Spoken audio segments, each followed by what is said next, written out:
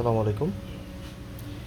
যারা রেস্টুরেন্ট দেওয়ার কথা ভাবছেন তাদের জন্য আজকের এই ভিডিওটা কোনো স্ক্রিপ্টেড না, জাস্ট আমি আমার মতো কাজ করছি আর কথা বলছি।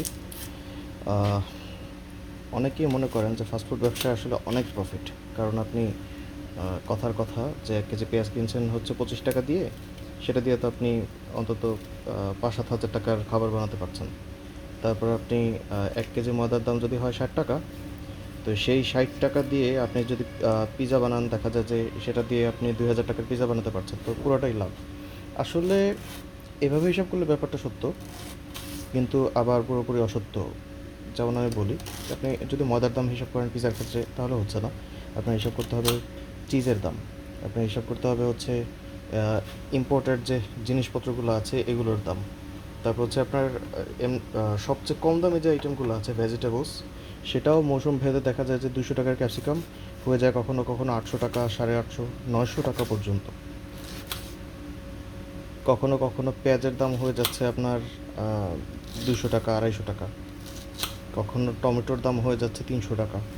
তো এটাও আপনার আমলে নিতে হবে যে আপনার প্রাইসিংটা এমন থাকতে হবে যে যে কোনো মৌসুমে যাতে আপনার আসলে লস গুনতে না হয়। 2 নম্বর কথা হচ্ছে, ধরেন কথার কথা যে আপনার টমেটো আপনি যদি সরাসরি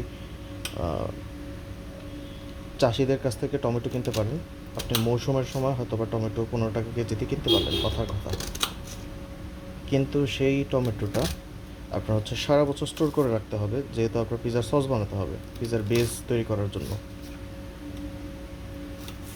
তখন দেখা যাবে যে সারা বছর আপনার এটা রাখার জন্য অ্যাটলিস্ট 2টা 3টা 4টা ফ্রিজ লাগবে। আপনার কতটা চলে সেটা বুঝে নর্মালি একটা বাচ্চার রেস্টুরেন্টেরও অন্তত 3টা 4টা ফ্রিজ লাগে। আপনি শপে দেখতে না পেলেও হয়তো বা তাদের গোডাউনে অথবা বাসা বাড়িতে কয়েকটা ফ্রিজে পর্যাপ্ত পরিমাণ জিনিসপত্র থাকে মজুদ।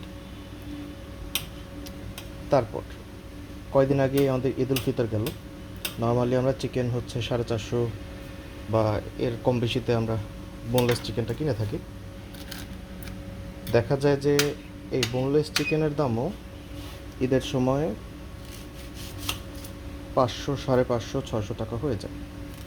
যে চিজটা ধরেন কথার কথা আমরা 800 টাকা দিয়ে কিনি, চিজটা কখনো কখনো 1,000-1,200 টাকাতেও চলে যায়। এখন এটা আসলে অ্যাক্সিডেন্টালি যায়, কিন্তু আপনারা জানেন যে বাংলাদেশে অ্যাক্সিডেন্ট খুব ঘন ঘনই ঘটে। তারপর আসি হচ্ছে বিভিন্ন যে সসগুলো, যেমন কিছুদিন আগে আপনারা জানেন যে তেলের একটা সংকট ছিল, তারপর হচ্ছে বিভিন্ন জাহাজ বিভিন্ন জায়গা থেকে যেতে আসতে পারছে না। তো তেলের দামটা যেমন হুজুগে বেড়ে গিয়েছে আপনারা সবাই জানেন, ঠিক একইভাবে আমরা যেই সসটা ধরেন 380 টাকা দিয়ে কিনতাম, সেটা ঈদের সময় আমাদের 670 টাকা দিয়েও কিনতে হয়েছে একই সস। তো প্রফিটটা কোথায়? এখানে সিন্ডিকেট বেশি, যেহেতু আউটসাইডের ম্যাটেরিয়ালস আপনার ইউজ করতে হচ্ছে বেশি, তো এখানে সিন্ডিকেটও বেশি। আর আপনি আপনার কাঁচামালের সংকট থাকলেও ব্যবসা তো বন্ধ করতে পারছেন না, কারণ যেই কাস্টমারটা আপনার কাছে খাবার পাবে না একদিন, সে আপনার কাছে দ্বিতীয় দিন আর আসবে না। কারণ আপনার কাস্টমারের হাতে হচ্ছে চয়েস অসংখ্য। ধরেন কথার কথা যে আমি রাজধানীতে বসে ব্যবসা করছি, রাজধানীতে অলমোস্ট প্রতিটা অলিগলিতে একটা করে পিৎজা শপ আছে।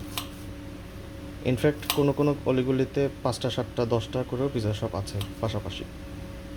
তারপর আপনি যদি বলেন অনলাইন অর্ডারের কথা, ধরেন ফুড পান্ডার কথা বলছি, বা পাঠাও ফুডস বা ফুডির কথা বলছি, সেখানে একটা স্ক্রল করলে শত শত আরও রেস্টুরেন্ট পেয়ে যাচ্ছে কাস্টমাররা। তো এইখানে কিন্তু কাস্টমারের আপনার বিশেষ প্রয়োজন নেই, আপনি হয়তো তাকে খাবার দিয়ে স্যাটিসফাইড করতে পারছেন, প্রাইসিং কাস্টমারের ঠিক মনে হচ্ছে সেই কারণে অর্ডার করছে। ঠিক যে মুহূর্তে দেখবে যে আপনার প্রোডাক্ট আনঅ্যাভেলেবল আছে, অথবা সে মন মতো অর্ডারটা করতে পারছে না, অথবা আপনি প্রাইসটা বাড়িয়ে দিয়েছেন, সে কিন্তু ইনস্ট্যান্ট স্ক্রল করে আরেক জায়গায় চলে যাবে। এখন ধরেন কথার কথা আমি বোঝানোর স্বার্থে বলছি, যে বারবিকিউ সসটা আপনি অথেন্টিক ইম্পোর্টেড সোর্স থেকে কিনছেন, এই বারবিকিউ সসটার অল্টারনেটও আছে, যেটা এটার হচ্ছে অর্ধেক দাম। তো অর্ধেক দাম যে জিনিসটার আছে, তার সাথে কিন্তু আপনি কখনো ওই প্রাইসিংয়ে পারবেন না।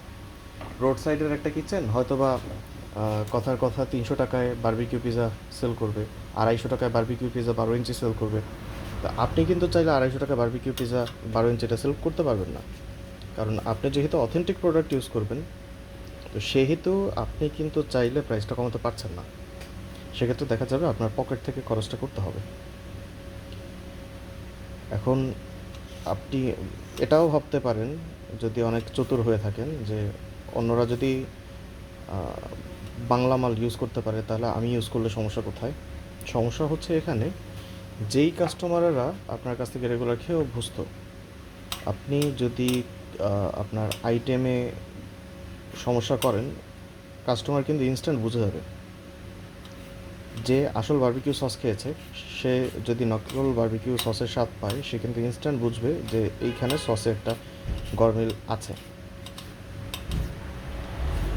আবার যারা এদিক সেদিক খেয়ে অভ্যস্ত, বিভিন্ন ব্র্যান্ডের রেস্টুরেন্ট থেকে খেয়ে অভ্যস্ত, তারা কিন্তু আসলে অর্ডার করলে আপনার যে খাবারটা খাবে, সে কিন্তু ইনস্ট্যান্ট বুঝতে পারবে যে খাবারের সমস্যা হচ্ছে। এই কারণে আপনি যদি আপনার ইমেজ অক্ষুণ্ণ রাখতে চান, তাহলে আপনি কখনোই, যতই দাম বাড়ুক না কেন, ইনফ্যাক্ট আপনার যদি লসও দেওয়া লাগে কখনো, আপনি প্রোডাক্ট আনঅ্যাভেলেবলও করতে পারবেন না, আপনি প্রাইসও বাড়াতে পারবেন না, এবং প্রোডাক্টে সমস্যাও করতে পারবেন না। আসলের জায়গায় নকল, ডুপ্লিকেট, 2 নম্বর এই জিনিসগুলো ইউজ করতে পারবেন না। আর আপনার যদি মনে হয় না আমি এককালীন ব্যবসা করছি রোড সাইড কোনো কিচেন দিয়ে অথবা একটা ক্লাউড কিচেন দিয়ে ব্যবসা করলাম, আমার এটার কোনো ফিউচার নাই, আমি এককালীন যা ইনকাম করতে পারি, কাস্টমার পছন্দ করলে করলো, না করলে নাই, তো সেই ক্ষেত্রে আপনি যা ইচ্ছা তা করতে পারেন, সেটা কোনো সমস্যা না। তো এই বিষয়গুলো আপনাদের একটু মাথায় রেখে তারপর চিন্তা করতে হবে যে আপনি আসলে ফাস্টফুড বিজনেসে নামতে চান কি না। আদারওয়াইজ আপনি যদি ব্যবসাটা জমিয়ে ফেলতে পারেন, আপনার যদি একই কাস্টমার আপনার কাছে বারবার যদি অর্ডার করে, রেগুলার কাস্টমারের সংখ্যা যদি অনেক বেশি থাকে, সেই ক্ষেত্রে আবার আনডাউটেডলি এটা একটা প্রফিটেবল বিজনেস। আর বাংলাদেশে আসলে